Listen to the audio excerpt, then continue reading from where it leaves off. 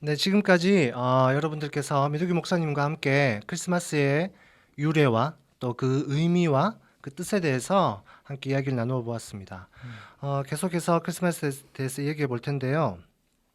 그렇다면 크리스마스의 가장 이렇게 핵심적인 요소라고 했을 때 저희 음악 방송이니까 음. 캐롤에 대해서 조금 이야기해 보려고 아, 합니다. 네네. 가장 오래된 캐롤 음. 그리고 또 목사님께서 음. 가장 의미 있게 생각하시는 캐롤에 대해서 음. 조금 들어봤으면 좋겠는데요. 네, 뭐 그 아까 제가 소개해드렸다시피 네, 이 책에 다 있습니다. 그래서 캐롤의 역사들 또 이렇게 인터넷 찾아보시면 뭐 캐롤이 뭐 그렇죠. 프랑스 말에서 유래했고 뭐 이런 것들 뭐 이렇게 많이 음. 나올 거예요. 아마 검색해 보시면 아시겠지만 저는 캐롤의 의미를 조금 다르게 해석하고 싶어요. 그러니까 뭐냐면 그 19세기 영국에서 찰스 웨슬리 같은 찬송가를 많이 네. 만든 작가를 통해서도 이 캐롤 부흥 운동이 있었거든요. 네, 이렇게 부흥 운동과 함께 언제나 찬양이 어떤 시대든지 캐롤뿐만 아니라 부흥과 찬양은 함께 움직였던 기억이 있었던 것 같습니다. 그 저는 어떤 면에서는 우리 시대의 성탄을 새로운 어떤 부흥의 한 개념으로 봐야 되지 않나 하는 생각들을 합니다. 이게 무슨 말이 안 된다고 생각할지도 모르겠지만은 단순히 교회 숫자가 많아지고 또 교회가 성장하고 하는 것들만 부흥이 아니라 크리스마스 의미를 되살리는 어떤 부흥, 마치 예전에 르네상스 문예 부흥처럼 성탄 부흥, 그리고 성탄 부흥의 가장 의미를 살려줄 수 있는 것이 캐롤인데 그 캐롤 중에서 가령 징글벨 징글벨 뭐 이런 거라든지 그냥 단순히 산타크로스 할아버지 뭐 이런 노래들 울면 안 돼 이런 노래가 아니라 네. 정말 예수님께 집중하는 그런 노래들, 예수님이 주인공이 된 노래들에 조금 더 우리가 그런 노래들을 많이 알리고 또 소개하고 주변 사람들에게도 많이 들려드리고 하는 것이 필요하지 않겠나 하는 생각을 했고요. 그래서 뭐 그런 에피소드 다들 잘 아시잖아요. 그 1차 세계대전 때 두 나라가 전쟁하고 있는 상황에서 그렇죠. 네. 이쪽에서 영국군과 독일군이었나 프랑스나 독일이었나 살짝 헷갈리는데 그 두 나라가 싸우고 있는데 어느 한쪽에서 캐롤을 부르기 시작하니까 성탄 때 저쪽에서 따라 부르고 그래서 잠시 실제로 전쟁이 끊어졌던 그렇죠. 이런 마법 같은 마법이란 표현을 쓰면 안 되죠 여기서 우리가 맨날 영화를 보니까 정말 기적 같은 일이 그 자리에 영화 같은 일이 일어난 거예요. 네. 실제로 그런 영화 같은 일이 일어나서 그걸로 만든 영화들이 몇 편이 있을 정도니까요. 그런 상황들이 저는 이 세상 가운데서 일어났으면 좋겠습니다. 그래서 제가 좋아하는 노래 중에서 성탄 중에서 의미를 가지는 노래라고 하니까 네, 저희 집에 아까도 음반이 10,000장 넘게 있다고 했잖아요. 네. 그러면 음반 하나에 노래가 10곡이 들어있다고 생각한다면 저희 집만 최소 10만 곡이 있는 거고 멜론이든 무슨 뭐 네이버 뮤직이든 여러분들이 스트리밍 사이트를 열면 그 안에 정말 수천만 곡이 있는데 최소한 저희 집에 있는 10만 곡 중에서 제가 가장 아름다운 멜로디를 가진 곡을 단 하나만 꼽으라면 저는 이 곡을 꼽습니다. 그 맑고 환한 밤중에. 근데 이 노래를 좋아하는 이유가 그 소란하던 세상이 다 고요하도다. 세상은 소란하기 마련이거든요. 네. 어디에나 전쟁이 있고 불평등이 있고 기근이 있고 뭐 정권이 안 바뀌어서 또 촛불을 들기도 하고 정권이 바뀌어도 또 불만의 목소리가 나오기도 하고 세상은 소란할 수밖에 없는 거예요. 모두의 마음을 다 평안하게 할 수는 없다고 생각합니다. 어떤 사람은 육신의 질병 때문에 또 각자 개인의 어떤 어려움 때문에 자신의 삶이 소란할 수 있고요. 또 어떤 사람은 또 여러 가지 자신의 이상과 꿈꾸는 것 때문에 소란할 수도 있는 거고요. 그 모든 소란함이 성탄을 즈음해서 예수님 때문에 그 소란함이 잦아들어서 고요가 찾아오는 그런 아름다운 고요를 좀 여러분께 전달해 드리고 싶다는 생각을 했고요. 아름다운 고요. 네, 그래서 참 좋은 것 같습니다. 그 맑고 환한 밤중에를 우리가 한번 라이브로 불러드리는 건 어떨까 하는 제안을 살짝 해봅니다.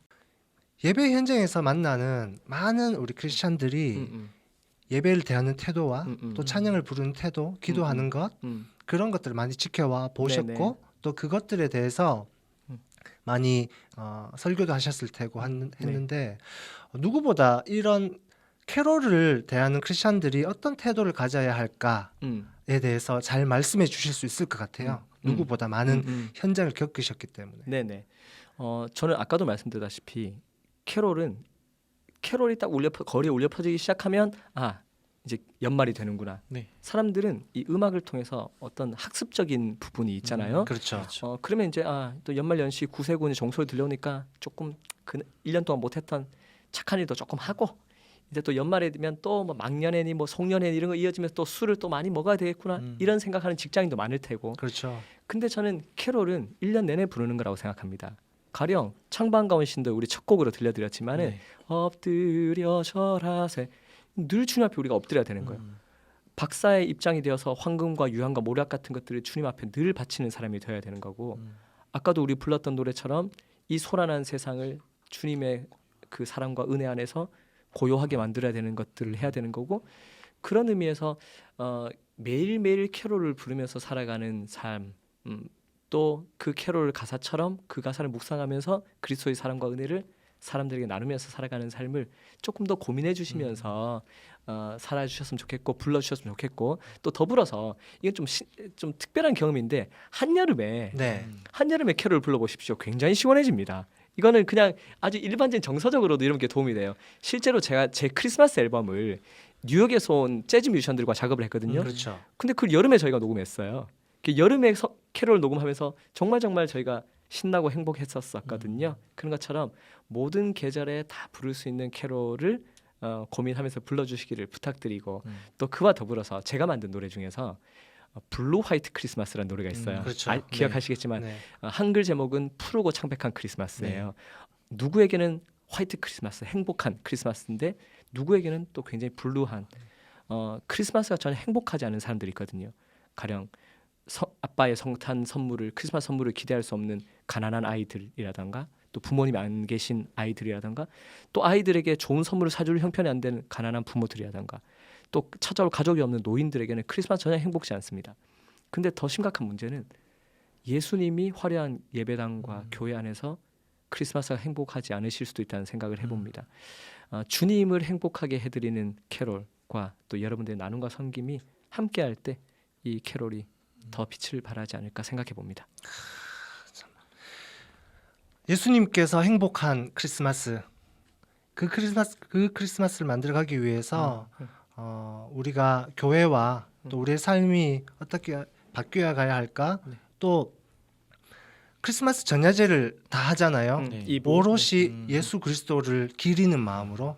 그런데 예수 그리스도를 기리는 그 마음 후에 방금 목사님께서 말씀하신 12월 25일이 크리스마스지만 그 예수님을 기린 예배 후에 우리가 어떤 삶을 살아갈 것인가.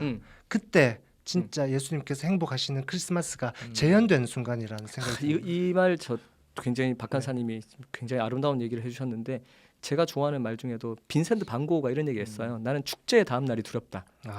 왜냐하면 축제까지는 사람들이 막 화려했다가 축제 그쵸. 딱 끝나고 나면 급격하게 식어버리는 거예요. 인생도 그래서 천천히 올라가야 된다고 생각하고요. 너무 빨리 성공 거두는 게 좋지 않다고 생각하는데 우리가 크리스마스 당일 저녁에 약간 난감함을 경험해요. 뭐냐면 이브 때 밤새고 파티하고 축하하고 그러다가 아침에 성탄 예배 드리고 집에 그렇죠. 잠깐 왔다가 잠들었다 눈 딱 뜨면 다음날 아침인 줄 알았는데 크리스마스 저녁이야.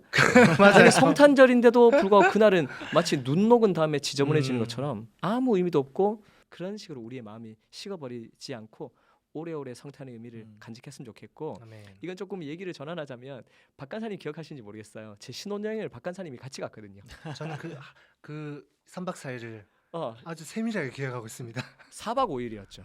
근데 저는 3박 4일밖에 그렇지 않았어요. 아 맞다. 그쵸. 마지막에 제가 그쵸. 처가가고 그랬구나. 저는 집에 돌아갔는데 가죠. 네. 저희 그 신혼여행을 저랑 아내랑 네. 박간사님이랑 또 우리 참이 드럼 치는 장현철 장현철 강사 강사. 4명이 갔거든요. 그쵸. 근데 제가 박간사님 기억하시는지 모르겠는데 신혼여행을 딱 떠나갈 때 제가 CD를 몇 개를 준비해 갔어요. 이번 신혼여행 길을 배경음악이 될 음악들. 그중에 대표적인 게 그때 당시 산타나 그 스무스 따다다다. 앨범 나왔던 그거 요라 그델 그렇죠. 나왔던 그 앨범과 더불어서 제가 여행을 딱 출발하면서 가장 결정적인 장면 때마다 틀었던 게 있어요. 그때가 제가 결혼을 3월 4일에 했으니까 아마 주일 지나고 3월 6일이나 뭐 이렇게 됐을 텐데 그 3월 달에 제가 캐롤을 계속 들었습니다. 그러면서 테이크 식스라는 세계 최고의 네. 그 아카펠라 그룹이 부른 Silent Night. 근데 그게 첫 시작이 화음을 맞춰서 싸 하는 순간 그 싸에서 그 오묘한 화성이 정말 너무 행복하고 신비로운 거예요. 그래서 우리가 뭐 얘기하다가 분위기가 약간 싸해지면 Silent Night 이걸 들으면서 그 여행이 정말 네. 행복하고 즐거웠던 기억이 납니다. 음. 그런데 제가 와이프가 그림 마음에 안 든다고 오늘 제가 또 이렇게 싸우고 해서 위기에 회개하고 처하신 목사님. 네, 저 집에 가서 사과하고 네, 행복한 신혼이 아니라 만혼을 즐기도록 하겠습니다. 지금까지 클릭비전 진행의 CCM 라이브 박홍식 손상민. 피아니스트 안병규. 네, 목사님 네, 그리고 민호기 목사였습니다.